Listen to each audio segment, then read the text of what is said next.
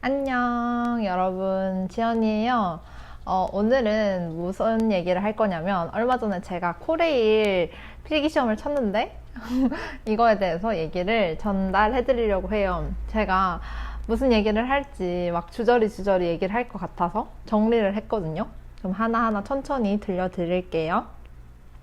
우선 시험 전반적인 이야기를 한번 해볼게요.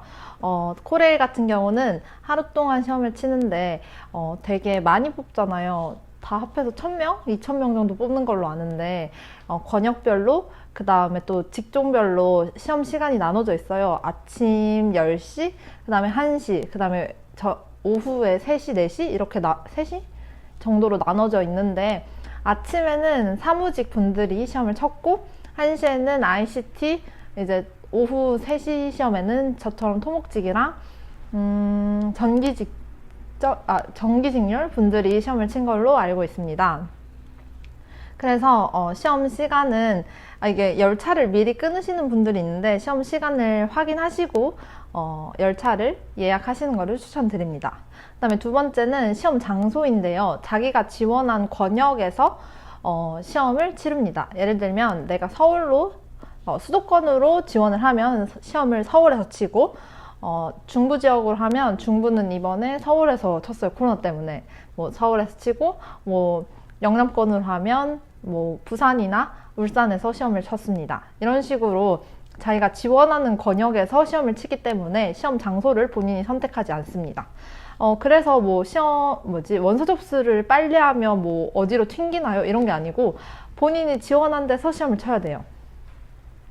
또 직종별로 같은 고사장에 모여 있다 보니까 같이 시험 치는 사람들이 다 경쟁자예요.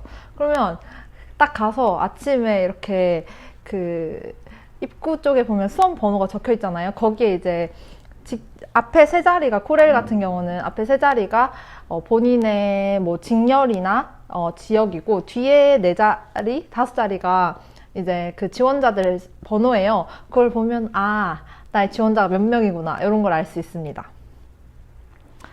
그 다음에 발열 체크 얘기를 좀 해볼게요. 이번 시험 같은 경우는 보통 시험 치기 뭐 몇 분 전까지 입시를 하세요인데 4시 시험인 경우를 기준으로 저가 쳤던 토목 기준으로 3시 반까지 입시를 했었어야 돼요. 저랑 같이 시험을 치러 갔던 친구는 이제 1시 시험이 넘는데 이게 1시 반 시험이 넘는데 천천히 가면 되겠지라는 생각으로 좀 여유롭지 못하게 가서 시험장에 입시를 하지 못했어요. 지각을 해서. 왜 그러냐면 이게 발열 체크를 입구에서부터 한 명씩 하다 보니까 좀 시간이 많이 딜레이 될까봐 시험 치기 한 30분 전으로 끄는 것 같더라고요. 입구에서부터 사회적 거리두기를 딱딱딱 해가지고 이제 줄을 서서 발열 체크를 하고 나면 그 파란색 코레일 스티커를 주세요.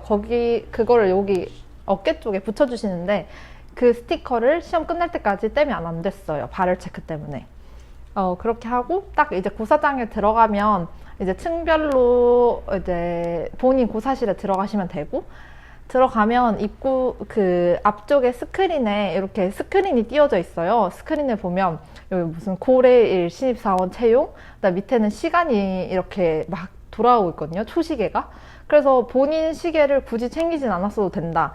앞에 초시계가 있다. 그래도 저는 약간 불안하니까 제 시계를 챙겨갖고 가서 사실 제 시계는 안 보고 앞에 있는 시계를 봤던 것 같아요. 저는 시험을 치는 자리가 제일 앞자리여가지고 그렇게 시험이 진행이 됩니다. 코레일 같은 경우는 50문제 60분 동안 시험이 이루어지고 OMR은 오지선다로 체크를 하고 틀린 문제는 이거 그 수정 테이프로 수정이 가능합니다. 그리고 그 컴수사를 챙겨가지 않은 분들 않으면 안 챙겨가면 이거 면접관 분들이 주셨어요. 그래서 뭐 그런 것도 참고하시면 좋을 것 같아요. 이제 그 두 번째 이야기로 넘어가 볼까요? 이제 두 번째는 제가 NCS에 관련된 이야기를 좀 하고 싶었는데 저 같은 경우는 오픈 채팅방, 토목 오픈 채팅방에도 몇 군데 들어가 있고, 드림레일도 자주 보고, 또 뭐지? 여튼 좀 이렇게 커뮤니티 이런 거를 좋아해요. 저는 눈팅하는 사람이거든요. 눈팅족. 보는데 이 NCS 문제 뭐 풀어야 돼요? 어떤 걸 풀어야 돼요? 라는 질문이 진짜 많더라고요. 그래가지고, 저 같은 경우는 이번에 시험을 쳐서 NCS 성적이 요런 성적이 나왔습니다. 이 성적을 어떻게 받았는지, 어떤 교재로 공부를 했는지 여러분한테 조금 전달을 해드리면 좋을 것 같아서 저 같은 경우는 이번 코레일 필기시험이 두 번째였어요. 작년 2019년 하반기에 코레일 시험을 쳤는데 그때는 제가 가산점 이런 게 없어가지고 그때 기사 시험을 한참 준비하던 때여가지고 가산점이 없어서 아쉽게도 떨어졌었어요. 근데 이번에는 네, 합격을 했습니다. 교재는 뭘로 공부했냐면 작년 같은 경우는 2019년 코레일 봉투 모의고사 시중에 나온 거를 싹 다 풀었습니다. 싹 다 풀었고 올해 같은 경우는 2019년 걸 다 풀었기 때문에 작년 문제집을 굳이 사서 풀진 않았어요. 그래서 올해는 2020년 새로 나온 신간 봉투 모의고사들이랑 그 다음에 2018년 하반기에 나왔던 봉투 모의고사들을 구해서 풀었습니다. 에듀윌 코레일 2020년 버전으로 이야기를 먼저 해볼게요. 여기 코레일 에듀윌 거 2020년 버전. 이 친구는 12,000원이고 4회분이 들어있어요. 4 플러스 1인데 1이 제가 알기로 온라인 모의고사거든요. 온라인 그런 거 안 칩니다. 귀찮아서. 이렇게 돼 있고 제가 1회차 기준으로 NCS만 성적을 얘기해 드릴게요.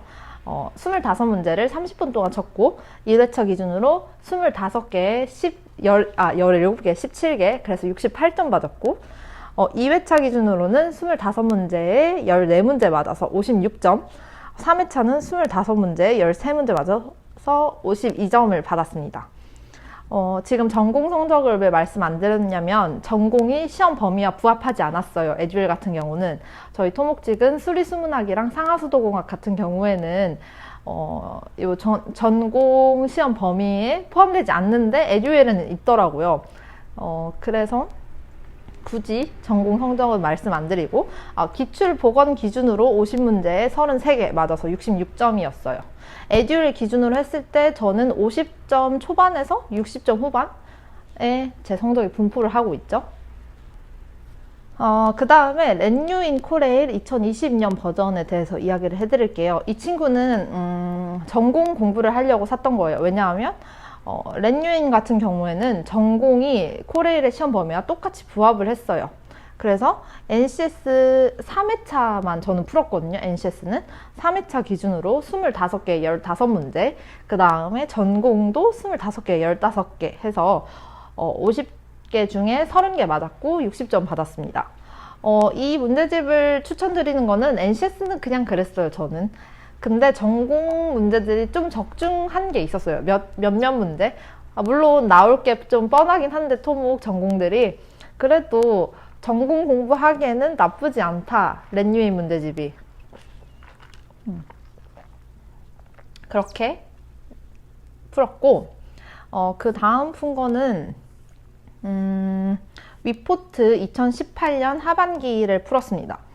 2018년 하반기용을 풀었고 1회차 기준으로 2018년 버전은 올 NCS이기 때문에 50문제 기준으로 32문제 처음에는 1회차에 64점 2회차는 50문제 30개 맞아서 60점 3회차는 50문제 27개 맞아서 54점 위포트도 50점 후반에서 60점 중반? 이거 NCS를 풀면 성적이 그냥 딱 거기 뭐라 그럴까? 여기에 딱 갇혀있는 박스 같다 그랬나? 주식으로 치면 박스주? 이 박스 안에서 어차피 NCS 성적이 움직이더라고요.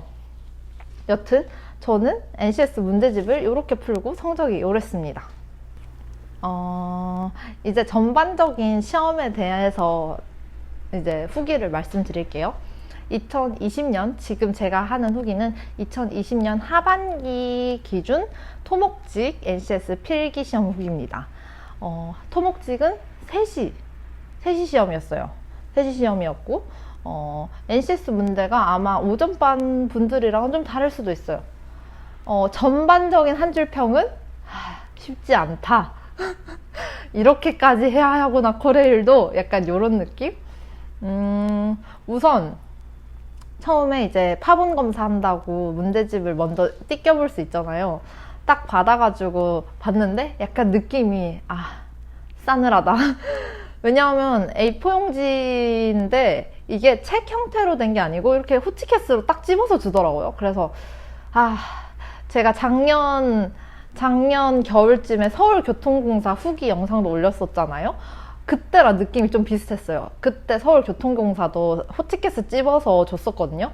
약간 좀 싸늘했어요. 그러면서 이제 파본검사도 띠끼는데 너무 빽빽한 거예요, 문제들이. 정말 여백이 하나도 없고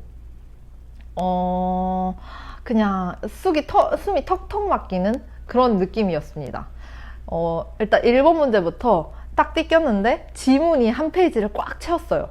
그리고 1번 문제가 뒷장에 있더라고요. 뒷장에 이렇게. 그래서 1번은 나중에 풀어야지. 2번도 봤는데 지문 이만큼 있고 밑에 또 여기 그 다음 페이지에 문제 있고 2번도 넘겨야지 하고 계속 보는데 의사소통 파트가 너무 글이 많은 거예요. 근데 글이 왜 더 많게 느껴졌냐면 시험 문제를 풀 땐, 그러니까 이게 봉투 모의고사를 풀 때는 좀 글씨가 좀 조만하고 좀 예쁘게 정렬이 돼서 나오는데 이거 시험 같은 경우는 제가 느끼기에 글자 포인트가 한 12포인트?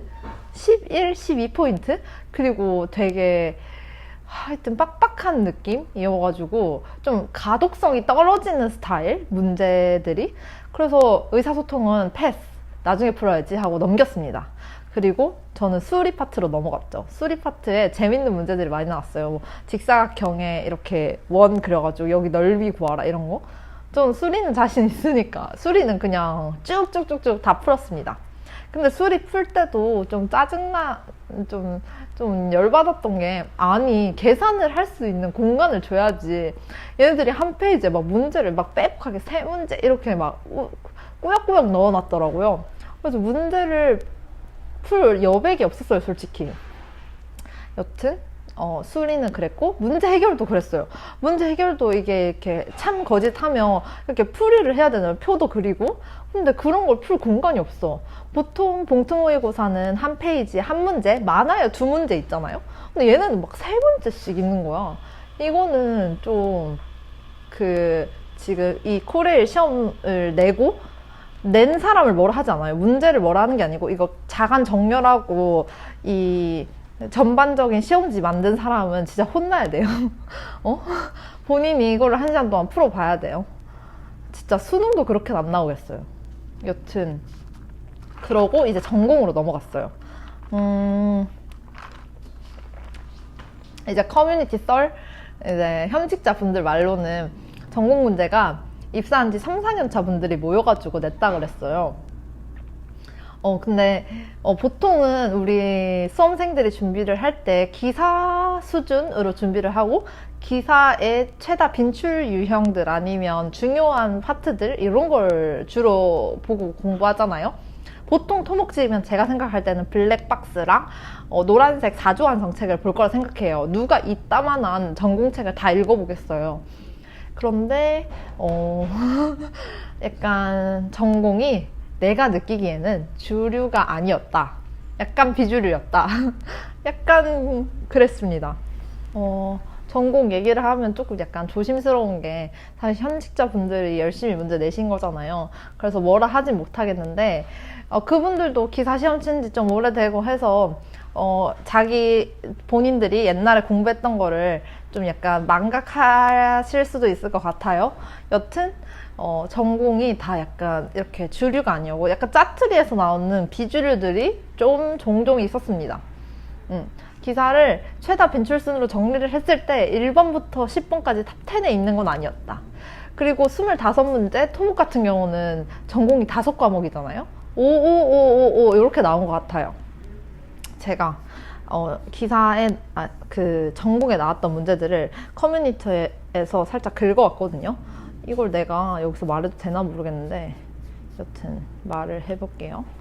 우선 1번 문제가 이거 순서대로 돼 있는 게 아니고 그냥 순서대로 안 돼 있어요. 25문제 중에 20문제 정리를 해놨어요. 우선은 시공학 파트 1번이 도급 방법에 대해서 묻고 2번이 바이브로에 대해서 묻고 3번이 컴포저 공법에 대해서 물었어요. 우리 기사 실기 공부할 때는 무슨 공법이 있냐 하면 따다하다 이렇게 3개, 4개 이렇게 이름만 외우잖아요. 근데 이게 줄글로 객관식으로 있으니까 이 공법, 우리가 외웠던 이 공법 하나하나에 대해서 너무 세세하게 물으니까 조금 힘들었던 것 같아요, 저는. 그러고 이제 토질 파트에서 유효 응력 구하는 거, 그 다음에 수평 투수 개수 구하는 거, 이렇게 2개 나왔고, 그 다음에 완화곡선, 철도 문제, 3차 포물선. 저는 이건 나올 것 같았어요. 철도에서 곡선 문제들, 완화곡선. 그 다음에 CCD가 나왔는데 저는 CCD가 뭔지 몰랐는데 이번에 처음 알았습니다. 그 다음에 해안선과 관련된 문제, 무슨 파고였나? 뭐 방파제 높이였나? 약간 그런 문제. 그 다음에 응용역학 파트에서 세장비, PCR, 좌굴 문제 구하는 거. 이거는 나올 것 같았어요. 제가 생각할 때 이거 무조건 나온다 생각을 했고, 이 좌굴 파트는 공부를 했고, 이거는 아까 제가 말씀드렸던 공유인, 렌유인 모의고사에도 나왔던 문제였어요. 그 다음에 3차 모멘트법, 그 다음에 콘크리트 최소 피복 두께. 이것도 나올 것 같았어요. 철근 콘크리트 공학에서 피복 두께 표가 있잖아요. 옥 외에서, 옥 내에서, 바닷가에서 해서 100mm, 80mm 쭉쭉쭉 있는 거, 그거를 외워갔는데 상황이 주어져 있고 몇 mm인가 물었을 때 80mm 체크하는 거. 요거는 정말 스근하게 풀었습니다. 그 다음에 측량 파트에서 조금 많이 나왔는데 사진 측량, 이거 몰라서 찍었어요. 그 다음에 수위 관측소 문제, 그 다음에 광파 거리 측량에서 단거리 측량에 관한 내용, 그 다음에 이거 시공 파트에서 좀 논란이 많았던 게, 덤프트럭에서 시공 계산할 때 덤프트럭의 일일 효율이 아니라 일일 작업량? 그거 구하는 공식에서 쓰이지 않는 것은 해서 1, 2, 3, 4, 5가 있었어요. 그것도 나왔고, 그 다음에 시공학 파트에서 동바리, FCM, ILM, MSS 그거 있잖아요. 그 파트도 나왔고, 그 다음에 측량학에서 하천 측량에서 1점법, 2점법, 3점법 있잖아요. 그거에 대한 공식이 이게 맞냐, 틀리냐, 이것도 있었습니다. 그 다음에 엘리데이드에 대한 것도 나왔고, 응용역학에서 상반정리에 관련된 문제도 나왔습니다. 일단은 제가 이 나왔던 문제들을 글로는 안 띄웠어요. 저 고소 먹을까봐. 일단은 이렇게 정리를 했는데 만약에 문제가 되면 이 영상은 내릴게요. 여튼 이런 식의 문제가 나왔고, NCS는 1번 문제가 수레인가 마차인가 그런 거의 역사 이런 거 있었던 것 같은데, 그래서 옳지 않은 거 옳은 거 이런 거 고르고, 의사소통은 전반적으로 옳은 거 옳지 않은 거 고르는 거 그런 거 위주였어요. 표가